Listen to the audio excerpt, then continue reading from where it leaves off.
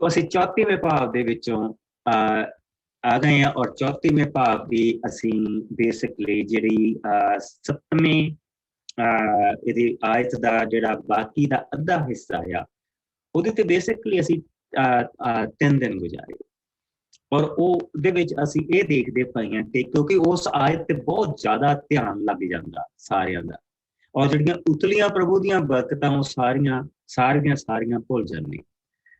लेकिन जिसले प्रभु ने क्या कि आके मूसा दे कोल खलो गया, उसने अपना नाम प्रभु करके लिया और उसने उसके अग्यों दी एक कहंदा लंघिया कि मैं प्रभु हाँ, मैं प्रभु हाँ, याहवे याहवे, मैं हाँ जो मैं हाँ, मैं हाँ जो मैं हाँ, जो दयालु कृपालु गुस्सा करन दे विच मठा, धीरज रखण वाला, प्यार ते वफादारी दे नाल अत भरपूर, और प्रभु परमेश्वर जो हजारां ते दया करदा अते ਉਹਨਾਂ ਦੀ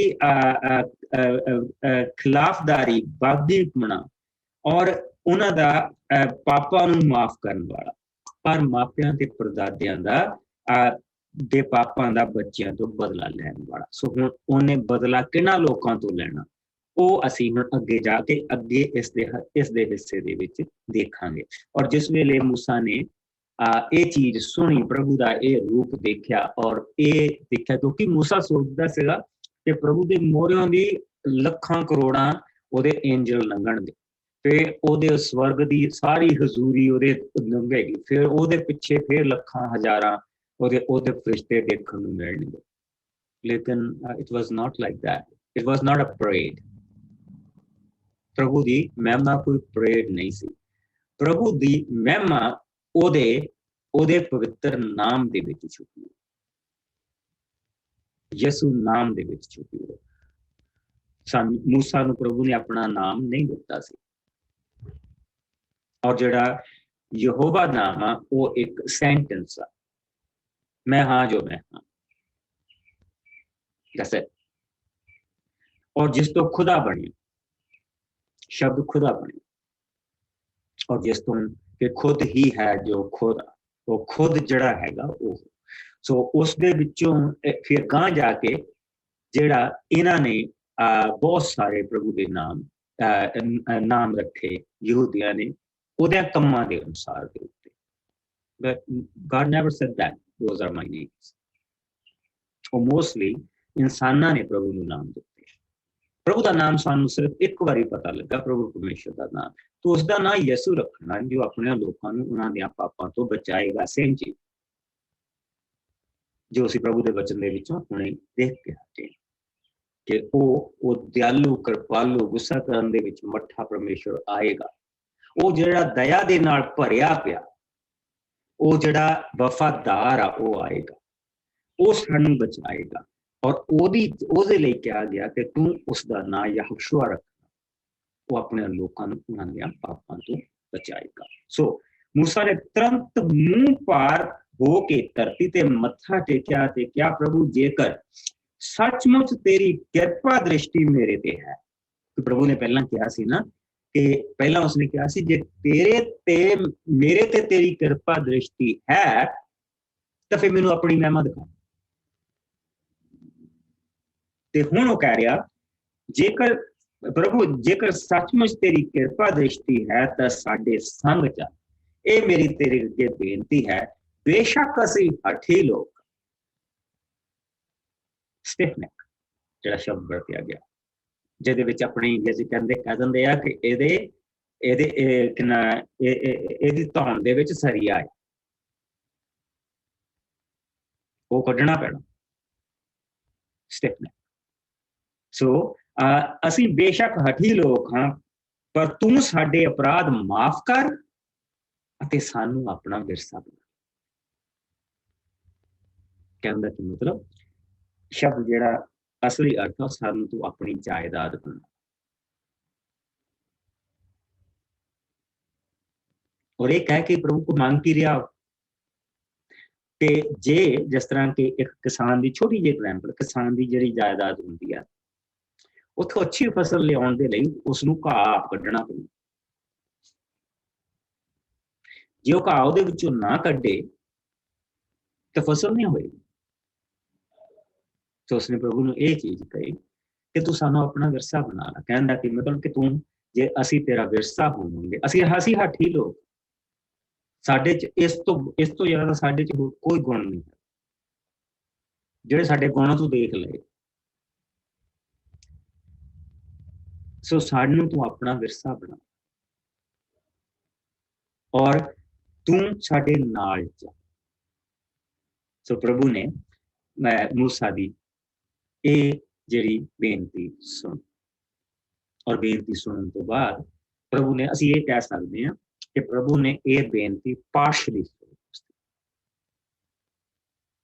ਕਿਉਂਕਿ ਜਿਹੜਾ ਵਿਰਸਾ ਬਣਨਾ ਸੀਗਾ ਉਹ ਮਸੀਹ ਦੇ ਰਾਹੀਂ ਬਣਨਾ ਸੀ, ਉਹ ਯਿਸੂ ਦੇ ਰਾਹੀਂ ਬਣਨਾ।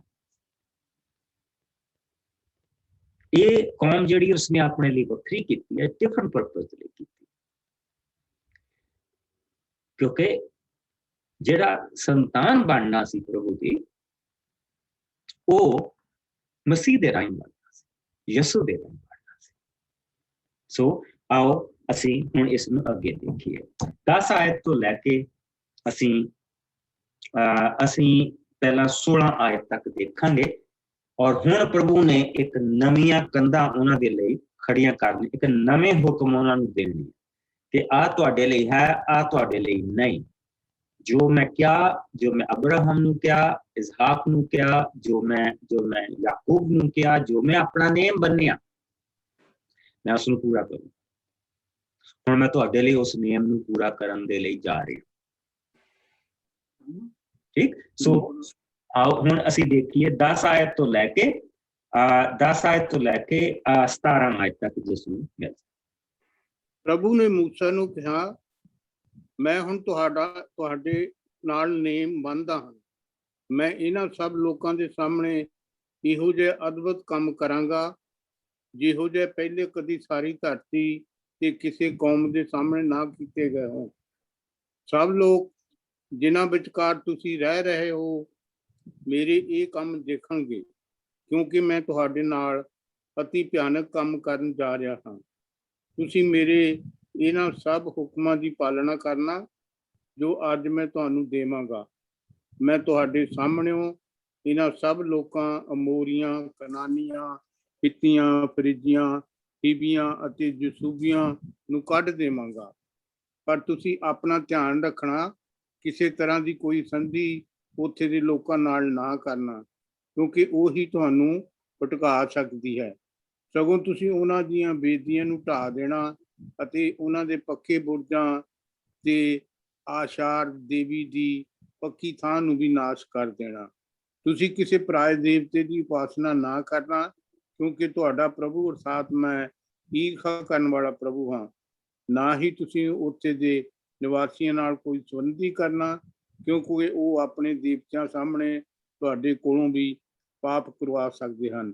ਉਹ ਬਲੀ ਚੜਾਉਂਦੇ ਸਮੇਂ ਤੁਹਾਨੂੰ ਵੀ ਉਸ ਬਲੀ ਵਿੱਚੋਂ ਖਾਣ ਲਈ ਦੇ ਸਕਦੇ ਹਨ।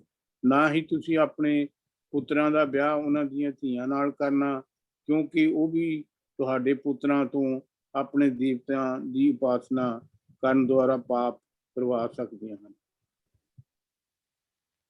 ਅੱਗੇ ਪੜ੍ਹ ਦੋ। ਮੈਂ ਸੋ ਹੁਣ ਅਸੀਂ ਬਸ 17ਵੀਂ ਆਇਤ, ਠੀਕ ਆ, 17ਵੀਂ ਆਇਤ ਦੇ ਵਿੱਚ ਲਿਖਿਆ ਤੁਸੀਂ ਕਿਸੇ ਧਾਤ ਦੇ ਘੜੇ ਦੇਵਤੇ ਦੀ ਪੂਜਾ ਨਾ ਕਰਨਾ।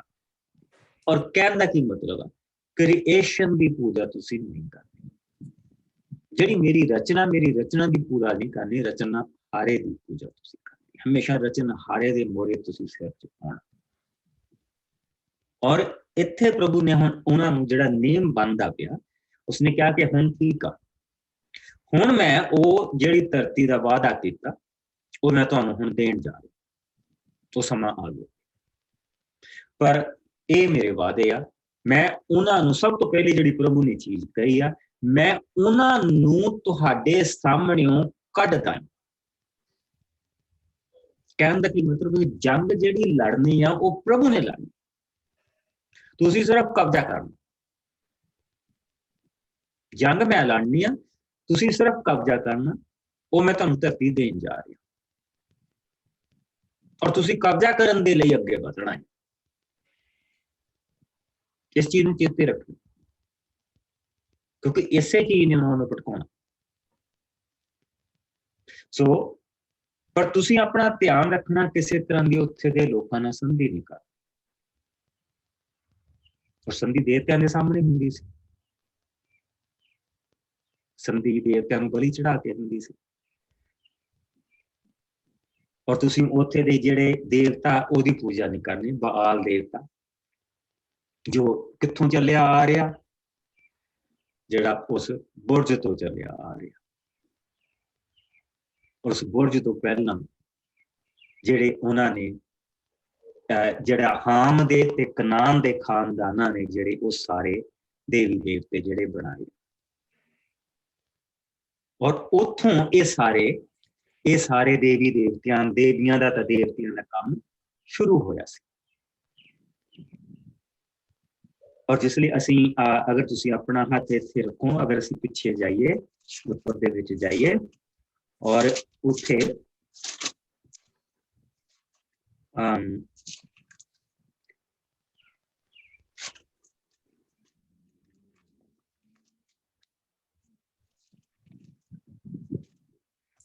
10ਵਾਂ ਭਾਵ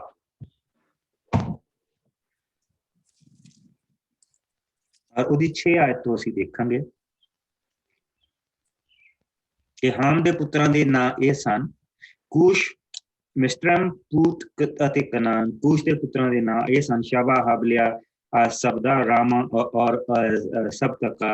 ਰਾਮਾ ਦੇ ਪੁੱਤਰਾਂ ਦੇ ਇਹ ਨਾਂ ਸਨ ਸਲਵਾ ਤੇ ਦਦਾਨ।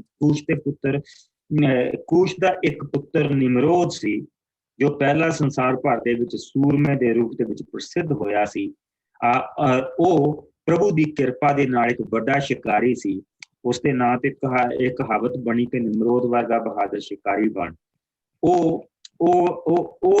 ਉਸਦਾ ਰਾਜ ਬਾਬਲ ਤੋਂ ਆਰੰਭ ਹੋ ਕੇ ਅਕਦ ਅਤੇ ਕਲਨੇ ਤੱਕ ਸੀ। ਸੋ ਅਸੀਂ ਰਾਜ ਜਿਹੜਾ ਪਹਿਲਾ ਸਥਾਪਿਤ ਹੋਇਆ ਉਸ ਨੂੰ, ਔਰ ਗਾਂ ਜਾ ਕੇ ਉਸਨੇ ਨਿਨਵਾ ਦੇ ਵਿੱਚ ਤੇ ਕਲਾ ਦੇ ਵਿੱਚ ਉਸਨੇ ਹੋਸ਼ਨ ਨਗਰ ਦੀਆਂ ਨਗਰਾਂ ਦੀ ਉਸਾਰੀ ਕੀਤੀ, ਔਰ ਸਾਰਿਆਂ ਲੋਕਾਂ ਦਾ ਧਿਆਨ ਉਹਦੇ ਵੱਲ ਨੂੰ ਲੱਗ ਗਿਆ।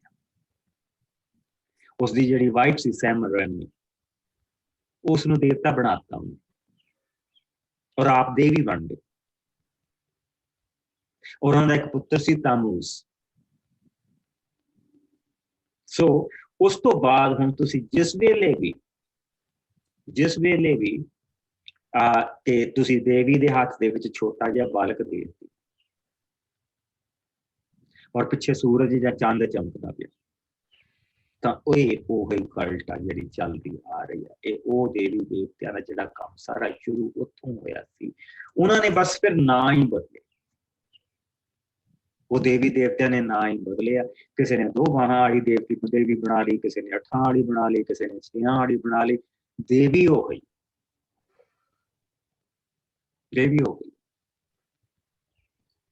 ਔਰ ਦੇਵਤਾ ਵੀ ਉਹ ਹੀ ਹੈ। ਨਿਮਰੋਦ ਦੇ ਸਾਰੇ ਰੂਪ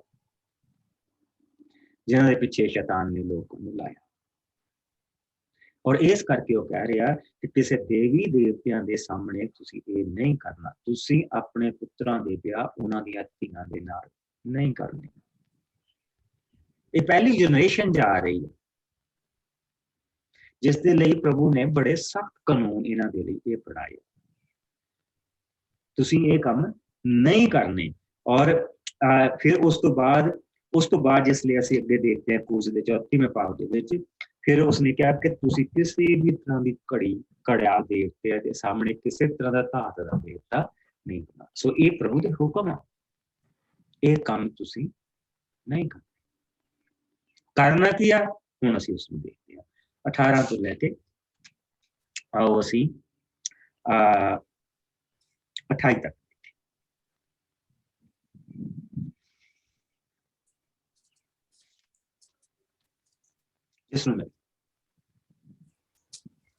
ਤੁਸੀਂ ਅਖਮੀਰੀ ਰੋਟੀ ਦਾ ਤਿਉਹਾਰ ਮਨਾਉਣਾ।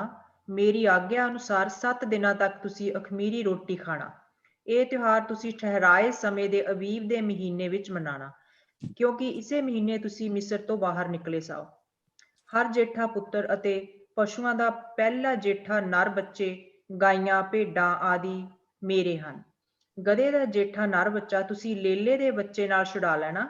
ਪਰ ਜੇਕਰ ਤੁਸੀਂ ਛੁਡਾਣਾ ਨਾ ਚਾਹੋ ਤਾਂ ਉਸ ਦੀ ਧੌਣ ਤੋੜ ਦੇਣਾ, ਪਰ ਤੁਸੀਂ ਆਪਣੇ ਜੇਠੇ ਪੁੱਤਰ ਨੂੰ ਜ਼ਰੂਰ ਮੁੱਲ ਦੇ ਕੇ ਛੁਡਾ ਲੈਣਾ। ਮੇਰੇ ਸਾਹਮਣੇ ਕੋਈ ਖਾਲੀ ਹੱਥ ਨਾ ਆਵੇ। ਸਪਤਾਹ ਦੇ 6 ਦਿਨ ਤੁਸੀਂ ਕੰਮ ਕਰੋ, ਪਰ 7ਵੇਂ ਦਿਨ ਆਰਾਮ, ਇੱਥੋਂ ਤੱਕ ਕਿ ਬਿਜਾਈ ਅਤੇ ਕਟਾਈ ਦੇ ਦਿਨਾਂ ਵਿੱਚ ਵੀ। ਤੁਸੀਂ ਕਣਕਾਂ ਦੀ ਵਾਢੀ ਦੇ ਆਰੰਭ ਦੇ ਸਮੇਂ ਅਤੇ ਸਾਲ ਦੇ ਅੰਤ ਵਿੱਚ ਦਾਣੇ ਸਾਂਭਣ ਦੇ ਸਮੇਂ 2 ਤਿਉਹਾਰ ਮਨਾਉਣਾ। ਤੁਹਾਡੇ ਸਭ ਆਦਮੀ ਲੋਕ ਇਜ਼ਰਾਈਲ ਦੇ ਪ੍ਰਭੂ ਪਰਮੇਸ਼ਵਰ ਦੇ ਸਾਹਮਣੇ ਸਾਲ ਵਿੱਚ ਇਹਨਾਂ 3 ਤਿਉਹਾਰਾਂ ਦੇ ਸਮੇਂ ਆਉਣ। ਇਹ ਹੋਣ ਤੇ ਮੈਂ ਤੁਹਾਡੇ ਅੱਗਿਓਂ ਸਭ ਕੌਮਾਂ ਨੂੰ ਕੱਢ ਦੇਵਾਂਗਾ। ਕੋਈ ਮਨੁੱਖ ਵੀ ਤੁਹਾਡੀ ਧਰਤੀ ਤੇ ਹੱਲਾ ਕਰਨ ਦਾ ਹਿਆ ਨਹੀਂ ਕਰੇਗਾ। ਤੁਸੀਂ ਬਲੀ ਦੇ ਲਹੂ ਨਾਲ ਮੇਰੇ ਸਾਹਮਣੇ ਖਮੀਰੀ ਰੋਟੀ ਨਾ ਚੜਾਉਣਾ ਅਤੇ ਨਾ ਹੀ ਪਸਾਹ ਦੀ ਬਲੀ ਦੇ ਜਾਨਵਰ ਦਾ ਮਾਸ ਅਗਲੀ ਸਵੇਰ ਤੱਕ ਬਚਾ ਕੇ ਰੱਖਣਾ। ਹਰ ਸਾਲ ਆਪਣੀ ਫਸਲ ਦਾ ਪਹਿਲਾ ਫਲ ਪ੍ਰਭੂ ਆਪਣੇ ਪਰਮੇਸ਼ਵਰ ਦੇ ਸਾਹਮਣੇ ਲੈ ਕੇ ਆਉਣਾ। ਭੇਡ ਜਾਂ ਬੱਕਰੀ ਦੇ ਬੱਚੇ ਨੂੰ ਉਸ ਦੀ ਮਾਂ ਦੇ ਦੁੱਧ ਵਿੱਚ ਨਾ ਉਬਾਲਣਾ। ਪ੍ਰਭੂ ਨੇ ਮੂਸਾ ਨੂੰ ਅੱਗੇ ਕਿਹਾ, ਤੂੰ ਇਹ ਸਭ ਗੱਲਾਂ ਲਿਖ ਲੈ, ਕਿਉਂਕਿ ਇਹਨਾਂ ਦੇ ਆਧਾਰ ਤੇ ਹੀ ਮੈਂ ਤੇਰੇ ਅਤੇ ਇਜ਼ਰਾਈਲ ਦੇ ਲੋਕਾਂ ਨਾਲ ਨੇਮ ਬੰਨਾਂਗਾ। ਮੂਸਾ 40 ਦਿਨ ਅਤੇ 40 ਹੀ ਰਾਤਾਂ ਪਹਾੜ ਤੇ ਪ੍ਰਭੂ ਨਾਲ ਰਿਹਾ ਅਤੇ ਉਸ ਨੇ ਨੇਮ ਦੀਆਂ ਸਭ ਗੱਲਾਂ ਅਰਥਾਤ 10 ਹੁਕਮ ਪੱਥਰ ਦੀਆਂ ਪੱਟੀਆਂ ਤੇ ਲਿਖ ਲਏ। ਹੁਣ ਤੁਸੀਂ ਦੇਖੋ ਕਿ ਕਿੰਨਾ ਛੋਟੀ ਚੀਜ਼ ਪ੍ਰਭੂ ਨੇ ਉਹਨਾਂ ਨੂੰ ਦਿੱਤੀ, ਕਿ ਤੁਸੀਂ ਕੀ ਕਰਨਾ ਤੇ ਕੀ ਨਹੀਂ ਕਰਨਾ, ਬਿਲਕੁਲ ਸਾਫ਼। ਔਰ ਅਸੀਂ ਇਹ ਦੇਖਣਾ ਕਿ ਉਹਨਾਂ ਨੇ ਹੋਰ ਤਾਂ ਸਭ ਕੁਝ ਕਰਨਾ ਹੈ, ਪਰ ਇੱਥੋਂ ਜਿਸਲੇ ਅਸੀਂ ਤਿਲਕਦੇ ਦੇਖਣੇ, ਫਿਰ ਸਾਨੂੰ ਉੱਥੇ ਨਜ਼ਰ ਆਉਣਾ ਕਿ ਪ੍ਰਭੂ ਨੇ ਤਾਂ ਇਹਨਾਂ ਨੂੰ ਮਨਾ ਕੀਤਾ ਸੀ, ਇਹ ਨਹੀਂ। ਔਰ ਅਸੀਂ ਆਪਣੇ ਜੇਠੇ ਨੂੰ ਕਿਉਂ ਨਹੀਂ ਛੁਡਾਉਂਦੇ? ਤੁਸੀਂ ਪ੍ਰਭੂ ਨੇ ਆਪਣਾ ਜੇਠਾ ਦੇ ਕੇ ਸਾਨੂੰ ਛੁਡਾਇਆ। ਇਸ ਕਰਕੇ ਇਹਨਾਂ ਵਿੱਚ ਬਹੁਤੀਆਂ ਚੀਜ਼ਾਂ ਅੱਜ ਲਾਗੂ ਨਹੀਂ ਹੁੰਦੀਆਂ, ਲੇਕਿਨ ਇਹਨਾਂ ਲੋਕਾਂ ਤੇ ਲਾਗੂ ਹੁੰਦੀਆਂ ਸੀ, ਕਿਉਂਕਿ ਇਹਨਾਂ ਨੂੰ ਪ੍ਰਭੂ ਇਹਨਾਂ ਦੇ ਨਾਲ ਇੱਕ ਨੀਂਹ ਰੱਖਣ ਜਾ ਰਿਹਾ ਸੀ, ਇੱਕ ਮਜ਼ਬੂਤ ਨੀਂਹ ਰੱਖਣ ਜਾ ਰਿਹਾ ਸੀ। ਔਰ ਇਸ ਕੌਮ ਦੇ ਰਾਹੀਂ ਪ੍ਰਭੂ ਇਹ ਦਿਖਾਉਣ ਜਾ ਰਿਹਾ ਸੀ ਕਿ ਮੈਂ ਪ੍ਰਭੂ ਪਰਮੇਸ਼ਵਰ ਜੋ ਹਾਂ, ਉਹ ਏਦਾਂ ਦੇ ਕੰਮ ਕਰਦਾ ਕਿ ਮੈਂ ਇਹਨਾਂ ਲੋਕਾਂ ਨੂੰ ਜੋ ਇੱਕ ਐਸੇ ਬੰਦੇ ਤੋਂ ਕੌਮ ਸ਼ੁਰੂ ਹੋਈ ਜੋ ਨਿਰਸੰਤਾਨ ਸੀ, ਉਸ ਤੋਂ ਮੈਂ ਕੌਮ ਬਣਾਈ, ਔਰ ਉਸ ਕੌਮ ਤੋਂ ਪਹਿਲਾਂ ਮੈਂ ਕੌਮ ਤਿਆਰ ਕੀਤੀ, ਫਿਰ ਮੈਂ ਉਹਨਾਂ ਦਾ ਦੇਸ਼ ਤਿਆਰ ਕੀਤਾ ਔਰ ਉਹਨਾਂ ਨੂੰ ਦਿੱਤਾ। ਪਰ ਲੋਕਾਂ ਨੂੰ ਕਹਿ ਰਿਹਾ ਪ੍ਰਭੂ, ਇੱਥੇ ਕਿਤੇ ਨਹੀਂ ਪ੍ਰਭੂ ਨੇ ਇਹਨਾਂ ਨੂੰ ਕਿਹਾ ਕਿ ਤੁਸੀਂ ਜੰਗ ਕਰੋ, ਕਿ ਤੁਸੀਂ ਇੰਨੀਆਂ ਢਾਲਾਂ ਬਣਾਉਣੀਆਂ, ਇੰਨੀਆਂ ਤਲਵਾਰ ਬਣਾਉਣੀਆਂ, ਇੰਨੇ ਤੀਰ ਬਣਾਉਣੇ। ਪ੍ਰਭੂ ਨੇ ਕਿਤੇ ਨਹੀਂ ਇਹ ਚੀਜ਼ਾਂ ਕਹੀਆਂ, ਬਹੁਤ ਸਿੰਪਲ ਚੀਜ਼ਾਂ ਕਹੀਆਂ ਕਿ ਮੈਂ ਉਹਨਾਂ ਨੂੰ ਤੁਹਾਡੇ ਅੱਗਿਓਂ ਨਠਾ ਦੂੰਗਾ, ਤੁਸੀਂ ਕਬਜ਼ਾ ਕਰਨਾ, ਉਸ ਚੀਜ਼ ਦੀ ਤੁਸੀਂ ਪਰਵਾਹ ਨਹੀਂ ਕਰਨੀ, ਪਰ ਆਹ ਚੀਜ਼ਾਂ ਦਾ ਤੁਸੀਂ ਧਿਆਨ ਰੱਖਣਾ। ਇਹ ਕੰਮ ਨਹੀਂ ਤੁਸੀਂ ਕਰਨੇ, ਆਹ ਕੰਮ ਜਿਹੜੇ ਤੁਸੀਂ ਨਹੀਂ ਕਰਨੇ, ਔਰ ਉਹ ਬਾਕੀ ਜੋ ਪ੍ਰਭੂ ਉਹਨਾਂ ਨੂੰ ਪਿੱਛੋਂ ਦੱਸਦਾ ਆ ਰਿਹਾ, ਉਹ ਸਾਰੀਆਂ ਚੀਜ਼ਾਂ ਉਹੀ ਸੇਮ ਰਿਪੀਟ ਹੋ ਰਹੀ, ਇਹ ਕੰਮ ਤੁਸੀਂ ਕਰਨੇ। ਸੋ ਹੁਣ ਮੂਸਾ 40 ਦਿਨ ਔਰ 40 ਰਾਤਾਂ ਫੇਰ ਰਿਹਾ, ਔਰ ਜਿਸ ਲਈ ਹੁਣ 40 ਦਿਨ ਤੇ 40 ਰਾਤਾਂ ਤੋਂ ਬਾਅਦ ਵਾਪਸ ਆ ਰਿਹਾ, ਤੇ ਇੱਕ ਫਰਕ ਆ ਮੂਸਾ ਦੇ ਵਿੱਚ। ਉਹ ਚੀਜ਼ ਪਹਿਲਾਂ ਨਹੀਂ ਮੂਸਾ ਦੇ ਕੋਲ ਸੀ ਜੋ ਹੁਣ।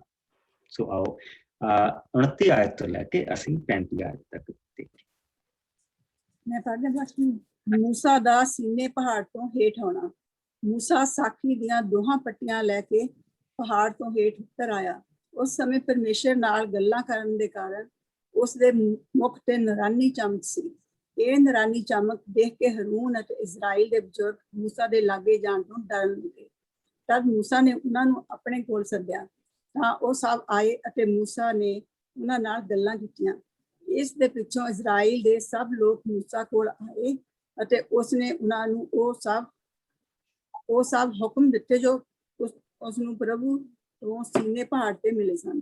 ਮੂਸਾ ਨੇ ਸਭ ਗੱਲਾਂ ਕਹਿਣ ਦੇ ਪਿੱਛੋਂ ਆਪਣੇ ਮੂੰਹ ਤੋਂ ਪੱਲਾ ਲੈ ਲਿਆ।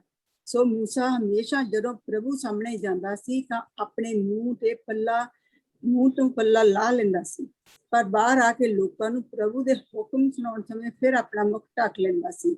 ਲੋਕ ਮੂਸਾ ਦੇ ਮੂੰਹ ਤੇ ਨੂਰਾਨੀ ਚਮਕ ਦੇਖਦੇ ਸਨ ਤੇ ਉਹਨਾਂ ਨਾਲ ਗੱਲ ਕਰਦੇ ਸਮੇਂ ਆਪਣੇ ਮੁਖ ਤੇ ਪੱਲਾ ਲੈ ਲੈਂਦਾ ਸੀ। ਹਮ तो हुण उसने कहा कि मैनू तो अपनी महिमा दिखा। हुण प्रभु ने ਉਹਦੇ ਨਾਲ अपनी पूरी महिमा ਦੇ ਵਿੱਚ ਉਹਦੇ ਚਿਹਰੇ ਤੇ ਜਿਹੜੀ ਹਜ਼ੂਰੀ ਹੈ प्रभु ਦੀ, that's beyond समझ तो बाहर। लोग ਉਹਦੇ ਲਾਗੇ ਜਾਣ ਤੋਂ ਡਰਦੇ और इस करके मूसा ਨੂੰ ਆਪਣੇ ਮੂੰਹ ਦੇ ਉੱਤੇ ਕਪੜਾ ਰੱਖਣਾ ਪੈਂਦਾ ਸੀ। क्यों? क्योंकि उसने प्रभु ਨੂੰ ਇਹ ਚੀਜ਼ ਕਹੀ, ਅਸੀਂ ਹਠੀ ਲੋਕ ਸਾਰਿਆਂ ਦੇ ਵੱਲੋਂ ਕਹੀ, ਆਪਣੇ ਵੱਲੋਂ ਨਹੀਂ ਇਕੱਲੇ ਨਹੀਂ। ਉਹਨੇ ਸਾਰਿਆਂ ਨੂੰ ਨਾਲ ਲਿਆ, ਜਿੰਨੇ ਵੀ ਉਹਦੇ ਨਾਲ ਸੀ ਉਹਨਾਂ ਸਾਰਿਆਂ ਨੂੰ ਆਪਣੇ ਨਾਲ ਲੈ ਰਿਹਾ। ਔਰ ਉਸਨੇ ਕਿਹਾ ਕਿ ਅਸੀਂ ਹਠੀ ਲੋਕ ਔਰ ਪਰ ਫਿਰ ਵੀ ਤੂੰ ਸਾਡੇ ਤੇ ਕਿਰਪਾ ਕਰ, ਸਾਡੇ ਨਾਲ ਚੱਲ ਔਰ ਸਾਨੂੰ ਤੂੰ ਆਪਣਾ ਵਿਰਸਾ।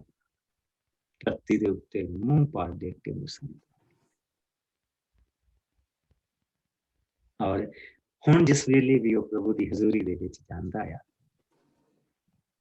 ਤਾਂ ਪ੍ਰਭੂ ਦੀ ਗਲੋਰੀ ਦੇ ਵਿੱਚੋਂ, ਉਸ ਦੀ ਮਹਿਮਾ ਦੇ ਵਿੱਚੋਂ ਉਸ ਦੇ ਚਿਹਰੇ ਤੇ ਚਮਕ ਹੁੰਦੀ ਹੈ।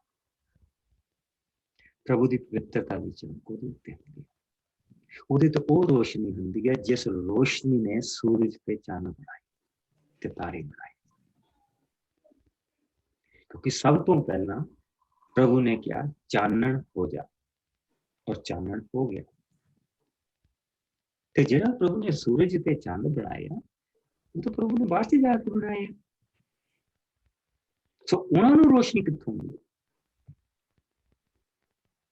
ਜਿਸਨੇ ਕਿਹਾ ਜਗਤ ਦੀ ਰੋਸ਼ਨੀ ਮੈਂ, ਜੋ ਮੇਰੇ ਪਿੱਛੇ ਚੱਲਦਾ ਉਹ ਕਦੇ ਹਨੇਰੇ ਦੇ ਵਿੱਚ ਨਹੀਂ ਚੱਲੇਗਾ, ਬਲਕਿ ਉਹ ਰੋਸ਼ਨੀ ਦੇ ਵਿੱਚ ਚੱਲੇਗਾ। ਤੇ ਉਹਨਾਂ ਲੋਕਾਂ ਨੇ ਉਸਨੂੰ ਕਿਹਾ ਕਿ ਅਸੀਂ ਤਾਂ ਹਨੇਰੇ 'ਚ ਕਦੀ ਚੱਲ ਹੀ ਨਹੀਂ ਸਕਦੇ। ਫਿਰ ਪ੍ਰਭੂ ਨੇ ਕਿਹਾ ਕਿ ਤੁਹਾਨੂੰ ਸੱਤ ਮੁਕਤ ਕਰੇਗਾ ਔਰ ਉਹ ਕਹਿੰਦੇ ਅਸੀਂ ਕਦੀ ਗੁਲਾਮ ਹੋਏ ਨਹੀਂ। ਲੇਕਿਨ मूसा ਨੇ ਇਹ ਚੀਜ਼ ਕਹੀ, ਅਸੀਂ ਹਠੀ ਲੋਕ, ਅਸੀਂ ਪਾਪੀ ਲੋਕ। मूसा ਨੇ ਸਾਰੀ ਕੌਮ ਦੇ ਵੱਲੋਂ ਪਾਪਾਂ ਦੀ ਮਾਫੀ ਮੰਗੀ ਔਰ ਇਸ ਕਰਕੇ ਪਵਿੱਤਰ ਆਤਮਾ ਦੀ ਹਜ਼ੂਰੀ ਲੈ ਕੇ ਉਹ ਹੁਣ ਵਾਪਸ ਆ ਰਿਹਾ। ਉਹਦੀ ਜਿਹੜੀ ਚਿਹਰੇ ਦੇ ਉੱਤੇ ਚਮਕ ਆ ਉਹ ਪ੍ਰਭੂ ਦੇ ਆਤਮਾ ਦੀ ਹਜ਼ੂਰੀ ਦੀ ਚਮਕ। ਸੋ ਜਿਸ ਲਈ ਉਹ ਥੱਲੇ ਆਉਂਦਾ ਸੀ ਤਾਂ ਉਹਦਾ ਜਿਹੜਾ ਚਿਹਰਾ ਹੁੰਦਾ ਸੀ ਰੋਸ਼ਨ ਹੁੰਦਾ ਸੀ, ਚਿਹਰੇ ਉਹਦੇ ਚਿਹਰੇ ਤੋਂ। ਔਰ ਆ ਜਿਹੜਾ ਬਣਿਆ ਨਾ ਹੈ ਕਿ ਉਹ ਕਿਸੇ ਦੀ ਵੀ ਫੋਟੋ ਲਾ ਕੇ ਪਿੱਛੇ ਲਾਈਟ ਜੀ ਕਰ ਦਿੰਦੇ ਆ, it came from here। ਇੱਥੋਂ ਸਾਰੀਆਂ ਚੀਜ਼ਾਂ ਚੋਰੀ ਕੀਤੀਆਂ ਨੇ। ਲੇਕਿਨ ਇੱਥੇ ਇੱਕ ਫਰਕ ਆ, ਇੱਥੇ ਰੋਸ਼ਨੀ ਹੈਗੀ ਆ, ਇੱਥੇ ਬਜ਼ੁਰਗ ਦੇਖ ਸਕਦੇ ਆ, ਇੱਥੇ ਉਹ ਕਹਿ ਰਿਹਾ ਕਿ ਭਾਈ ਮੂੰਹ ਤੇ ਪੱਲਾ ਲੈ, ਲੋਕ ਡਰਦੇ ਆ ਤੇਰੇ ਕੋਲ।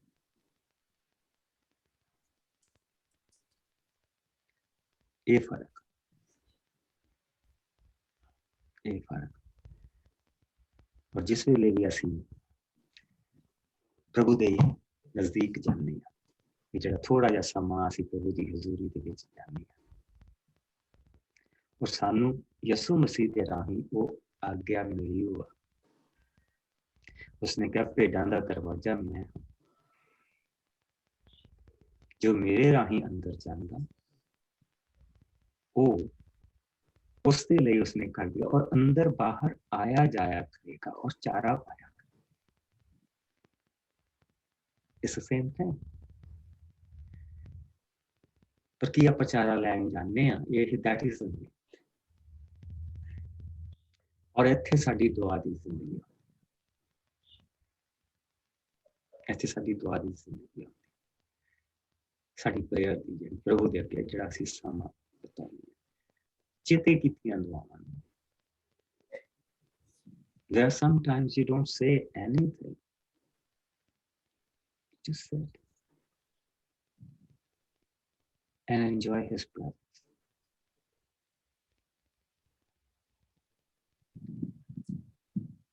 अगर ਅਸੀਂ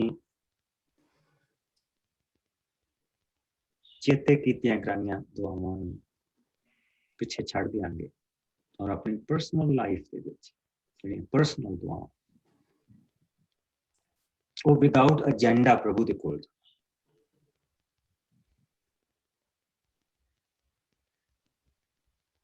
ਤਾਂ ਬਾਕੀ ਦੀਆਂ ਚੀਜ਼ਾਂ ਨੂੰ ਪਤਾ ਹੈ he just need my heart ਉਹਨੂੰ ਸਿਰਫ ਮੇਰੀ ਜ਼ਰੂਰਤ ਉਹ ਮੈਨੂੰ ਆਪਣੀ ਹਜ਼ੂਰੀ ਦੇ ਵਿੱਚ ਲੈ ਕੇ ਜਾਂਦਾ no agenda ਔਰ ਫਿਰ ਤੁਹਾਨੂੰ ਉੱਥੇ ਉਹ ਚੀਜ਼ਾਂ ਉਹ ਚੇਤੇ ਕਰਾਉਂਦਾ ਜਿਹੜੀਆਂ ਤੁਸੀਂ ਕਦੇ ਸੋਚੀਆਂ ਵੀ ਨਹੀਂ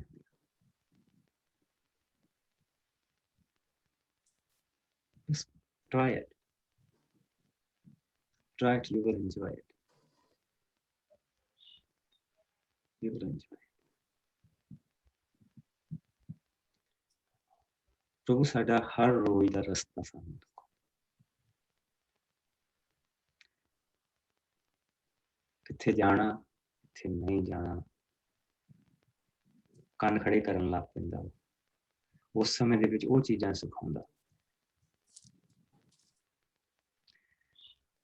ਜਿਹੜੀਆਂ ਅਸੀਂ ਕਦੀ ਸੋਚੀਆਂ ਉਹ ਸਮੇਂ ਦਿਖਾਉਂਦਾ ਜਿਹੜੇ ਆ ਰਹੇ ਹੁੰਦੇ ਉਹ ਤਿਆਰੀ ਦਿੰਦਾ ਜਿਹੜੀ ਸਾਨੂੰ ਚਾਹੀਦੀ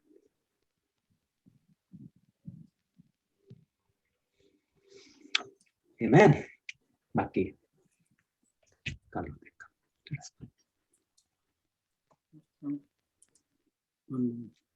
अरे प्रभु तेरा बहुत शुक्र करते हैं समय दे लई तेरी दया दे लई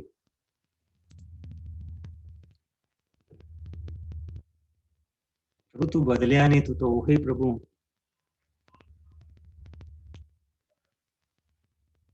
और जिस तरह आज प्रभु यीशु मसीह ने क्या बहुत सारे आउणगे सानू कुराहे पा देंगे बहुत सारे झूठे नबी आउणगे जो अपने नवे नवे तरीके सिखा देंगे प्रभु सारे वचन दे विच तां इक्को ही चीज है कि तू तां अपनी बंदे नू अपनी हुजूरी दे विच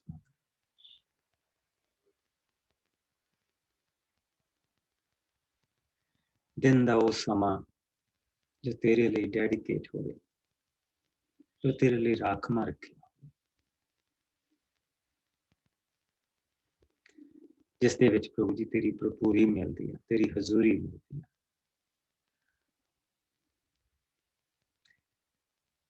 और अपने लिए और अपनियां दे लिए और बहुतियां दे लिए भोजन मिलता